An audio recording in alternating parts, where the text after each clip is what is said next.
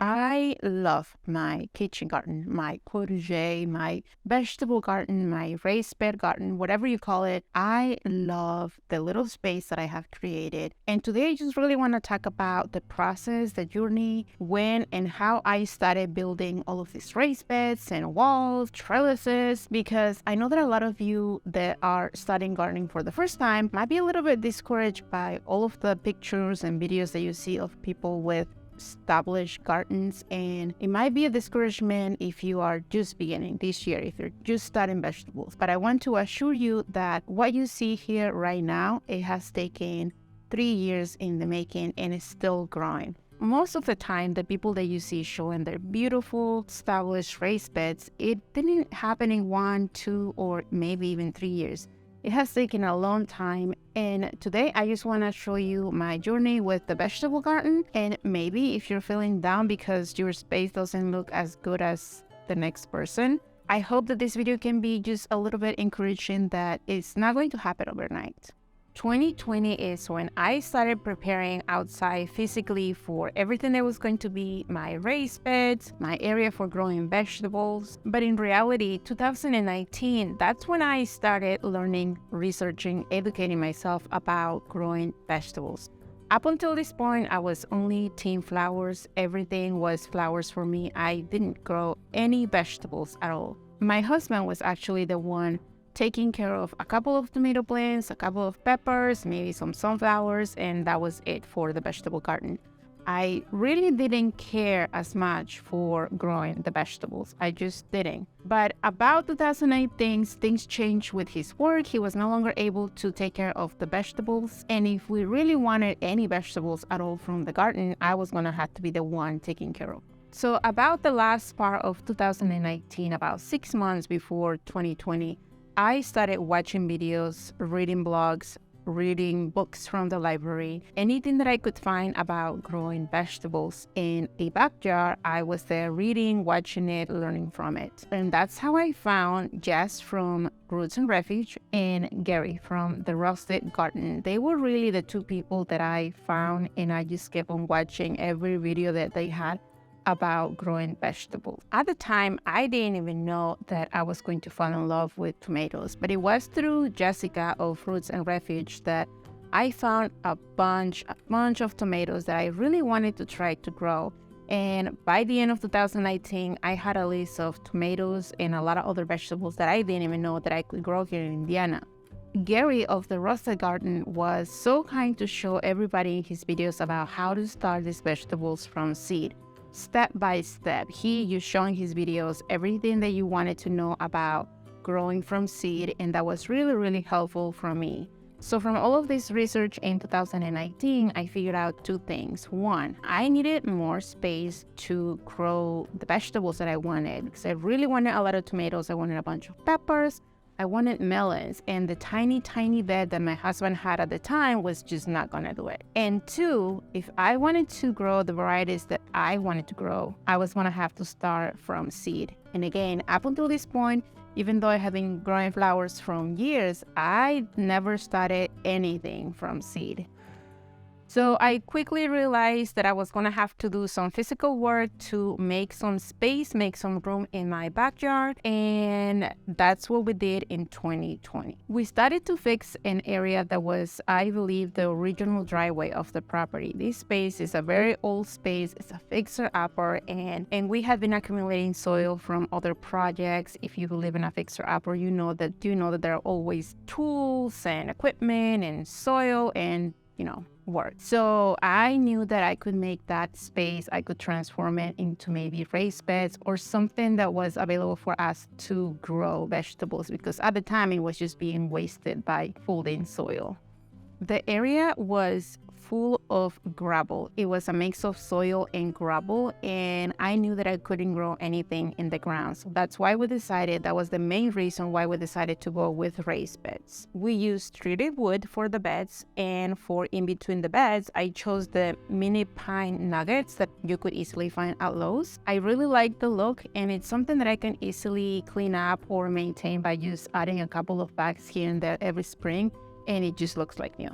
By watching Yes, I knew that I wanted a few walls made of cattle panels and even an arch. So thankfully, Tractor Supplies was just around the corner, and a couple of trips there, we were able to get a few cattle panels to make walls along the beds, to make an arch. I don't actually have video of this, but it came out really, really good. If you ever want to make an arch in your garden using cattle panels, you definitely need at least two people, if not more, to bend that thing, because that was a really hard thing to do. In 2020, I also started a setup for starting seeds indoors, and I went to my local Lowe's at the time and I found the perfect shelving unit, and I remember looking at this piece when I found it because they had a huge displays at the time, and I remember thinking there's no way that I'm going to fill all of these shelves with plants. Wow, I was so wrong. But 2020 was a great year for me because I also fell in love with starting seeds. I grew a lot of vegetables and even a few flowers from seed, and I had great success. Because I watched a lot of videos from Yes and Gary, I knew that the two main things that I wanted to spend money for the seed setup was the shelving unit and the light. So I spent a little bit of money, more money that I really wanted to spend on anyway, on LED lights and the shelving units, and that was the only thing that I really spent a lot of money on for starting my seeds indoors.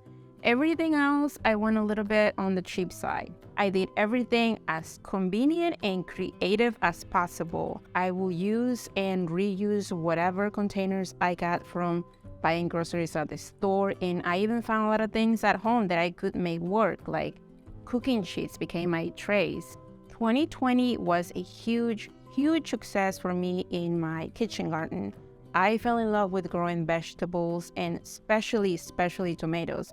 At some point during the growing season, I remember coming outside in the morning for my daily garden walk and just being in awe of everything that was growing outside and all of the healthy plants giving me some sort of harvest, and I was just hooked on growing vegetables. When 2021 started, I was so ready and prepared to do it all over again. In 2021, I decided to add one more shelving rack because I had more seeds that I wanted to start. Having great success the year before with seeds, I just decided to start a bunch more. In 2021, the major thing that we did to my vegetable garden, to my raised beds, was adding a tall raised bed to the back of all of the other raised beds. The year before, I had been using containers that I just had some potting mix and some plants growing there. I even had a few sunflowers, and that worked great. But I really wanted to reuse some untreated wood that I had outside that we had left over from another project, and that raised bed came out amazing. My husband did all of the work, of course, and digging that area to make that bed level was the hardest part because, again, that area was full of gravel, and I remember thinking, why would we do this? But it was so worth it, so worth it, and I love that bed. Honestly, if I had the chance to go back in 2020 and redo those beds, I will definitely choose to do them way taller than what they are right now. But it is something that is not necessary. The way that they are work amazing. They are doing great. But maybe that's something that I will do in the future. It's just going to become a little bit more of an investment because the lumber is not as cheap as it was back then. And also the price of the soil for filling the beds has gone up. So it's definitely more of a want than a need right now. So maybe in a couple of years, maybe I'll think about doing that. But how they are, the height that they are right now is just perfect. So 2021, it wasn't a huge year for adding any structures or anything like that. It was just a great year for me to keep on trying to grow from seed and to grow the vegetables. And again, I had a great year. In 2022, I knew that I wanted to do a few things a little bit different. One of them was adding a arbor, and I had an idea of what I wanted the arbor to be. I wanted it to be heavy duty. I wanted it to be square. For some reason, I am really attracted to square arbor, so I wanted a square looking arbor. I wanted it to be really tall, I wanted it to be really wide, and I really wanted it to be made like it was going to last for decades. And I had a hard time trying to find the perfect arbor, honestly. I searched, I even thought about using I even played with the idea of using one of those moon arbors. I think that's what they call it. And even though those things are lovely, I love seeing them in other people's garden, I am glad that I didn't go with that because it wouldn't have the effect that my current arbor has now.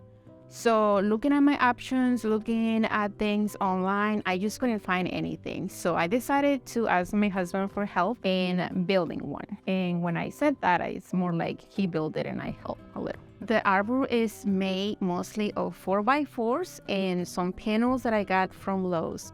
The black panels that I found are really supposed to be trellises for the wall. They come with hardware to mount on the wall.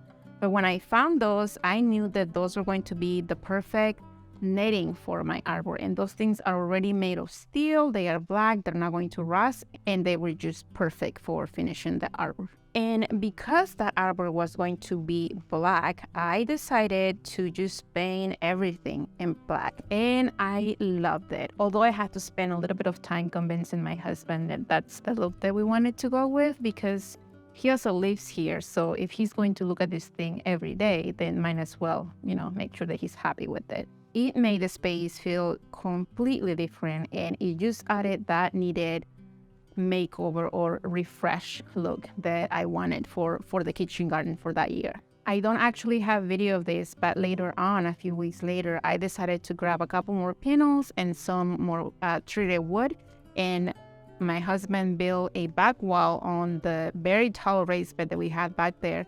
And that was just the perfect touch for finishing the look. I had a square arbor on the front and I had a wall on the back. And I also added some string lights. They are not solar, but they look amazing. And I have those things on a timer, and in the morning they come up for a couple of hours when it's really dark outside. And at night during the evening they stay on for a few hours, and it is just the perfect space for it. I think that so far 22 has been the most challenging year for growing vegetables outside. It was definitely a challenge for growing tomatoes, at least for me here in my area. And even though I had a lot of struggles with that, I am very thankful for everything else that the garden gave me. It gave me a peace of mind knowing that I had some vegetables to harvest.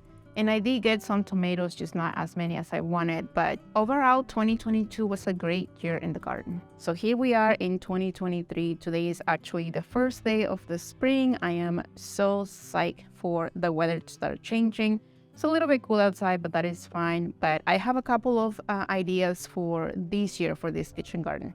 Actually, one you already saw it. I decided to add those corten steel raised beds that are going to be home for a lot of vegetables and hopefully a lot of flowers as well. I am still unsure of exactly what is going to go there, but with everything growing here inside from seed, I am going to have plenty of options. Another major thing that I am adding to the kitchen garden this year is irrigation. Listen, I love to hand water. I absolutely love that time watering my plants. But sometimes I don't always have the time to do all of the watering by myself. So I have to install some sort of system that it helps me to have that automation going. I already know what I'm going to use. It's just a matter of getting out there when the weather starts turning and actually take care of all of that. But that's also another thing that I'm doing, and I know that it's just going to be a great addition for my garden. And the third, which is somewhat new, but it's not new for this year. Last year, very late in the fall, I decided to get a green stock, a vertical garden. Mainly because I decided to give away the space from one of my raised beds way in the back to grow asparagus. So I was going to end up not having all of that space in my raised bed, so I decided to grow something vertical. And so far, I love that thing. We had very low temperatures in around December, and that thing stood outside. We went through a couple of days with horrible winds. That thing is still standing, and I am very, very excited to start growing things in there. And I want to know, if you have a green stock, what is your favorite thing to grow in it? What is something that you have had success growing in your green stock? Because I have so many things, I have so many ideas, but I can only fit so much in there. And by the way, if you have been thinking about purchasing one, I am going to put a link in the video's description for a coupon code that you can use for purchasing one, and I believe that they have a sale, so you can add my coupon with a sale, and it's going to be like super cheap. So no, they're not sponsoring this video, but it is an affiliate link, so I get like a super tiny commission out of it. So if you have been thinking about getting one, definitely check it out. I hope that by watching this video, you can see that my kitchen garden didn't take 1 or 2 years in the making. It really has been a journey, growing that area, loving on that area, coming up with new ideas that makes me happy about adding to the garden each year. And I know that a lot of these things like the paint color, the arbor being that size, or even adding curtain steel beds or trellises, it's not necessary, but it's something that makes me happy. And at the end, adding these little touches, adding things each year that are new, are the things that I really enjoy. And I know that the tomatoes don't care if they're growing in containers, reusable containers from the recycle bin, or the most expensive steel bed, or a bed made out of wood, or maybe even growing in the ground. But at the end of it, it's just something that makes me happy. And cultivating and growing the area where I live and where I take my daily walks in the garden, it's just something that I like to do. And I think that being a creative person, and we're all creative in a certain way, adding all those personal touches to the area where you spend a lot of time outside is just something that it's really special, because it makes you enjoy those things a little bit more. Do you agree with that? If you are just beginning this year to grow your vegetables, if you're starting with a couple of containers, if you're starting with a little raised bed, I hope that you get encouraged to just try it and make it better year after year, and make it better for you, not the person next door, not the other gardener that is going to be judging your space. I really hope that you enjoyed this video, and I hope to see you on the next time.